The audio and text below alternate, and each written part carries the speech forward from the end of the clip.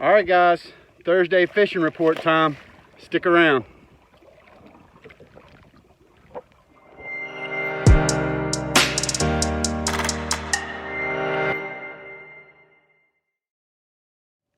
All right, guys, fishing report. I apologize ahead of time. This is probably going to be a little longer than normal, but there's a lot of stuff to cover, so I'm going to jump right into it. We're going to talk about the Bonnet Carre Spillway situation. We're going to talk about snapper fishing. We're going to talk about islands. We're going to talk about the marsh, and we're even going to touch on Back Bay. So a lot of ground to cover. Stick around.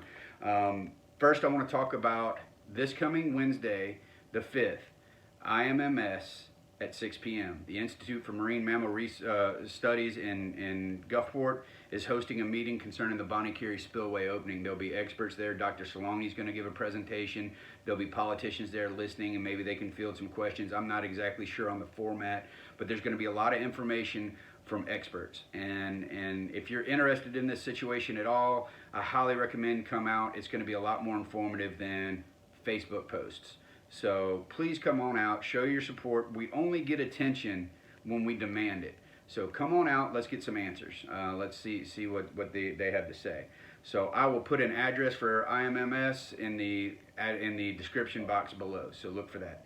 All right, so snapper season opened last weekend, and if you were planning on playing the lottery this week, I'd hold off because we collectively used all of our good luck, because I can never remember a weekend where we had a holiday weekend, opening of snapper season, and beautiful weather. It's just unheard of. So really blessed. It was a good time. A lot of snapper hit the dock, and a lot of people out, though. It was really crowded. Personally, I did a little bit of snapper fishing, as you saw in the intro, and I tried to stay away from the crowds. I fished a little shallower, stayed in state waters, and avoided the crowd. And I targeted a smaller fish. You know, I wasn't, you know, I knew exactly what I was doing. I was targeting 18 to 24 inch fish, so 5-pound snapper, great eating size, fun to catch, easy to find, very cooperative. So that's what I did. I'll tell you how I did it.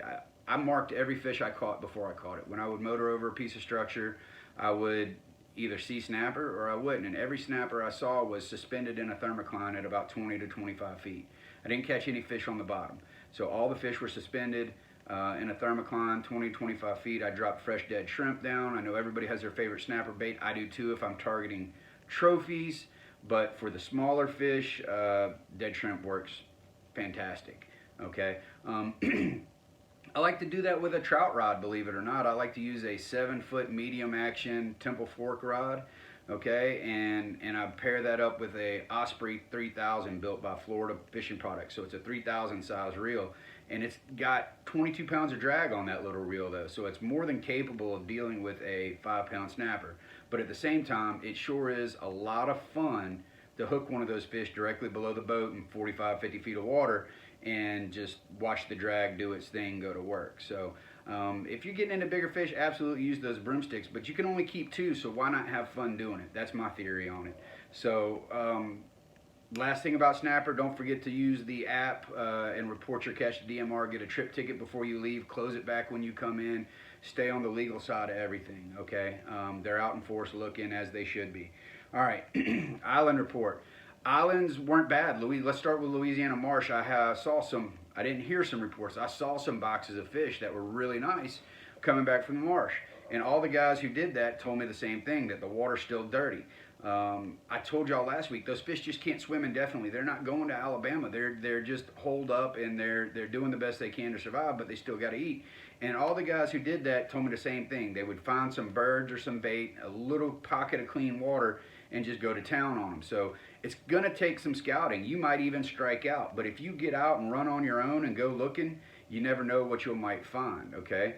Every one of these guys said they had a wide open bite all to themselves, nobody else around. And that's good fishing. That's how I like to do it.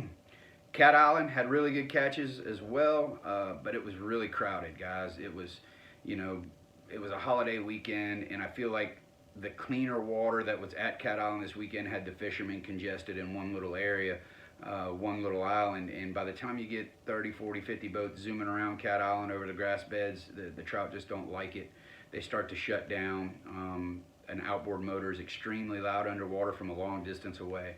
So keep that in mind. As it gets crowded, try to get off the beaten path and find your own little patch of water somewhere, and you might find what you're looking for. Redfish as well at Cat Island, Ship Island, some triple tail out around Ship Island if you can find debris floating in the water or run the buoys, and not bad, okay? But everywhere the water's off, it's not what it should be. All the way to Horn and Petty Boy, the water's fairly off-colored.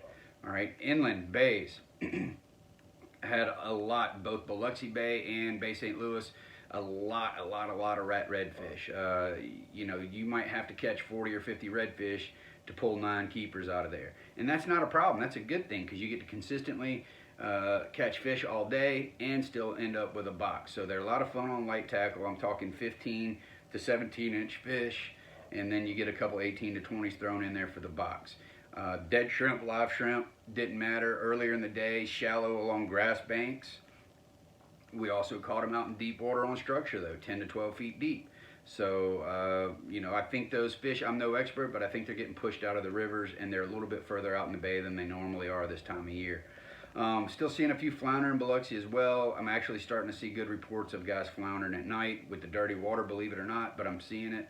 So, guys, it's that time of year. Everybody wants to be outside. Get out and enjoy it while you can. And don't forget about the meeting Wednesday, IMMS, 6 p.m.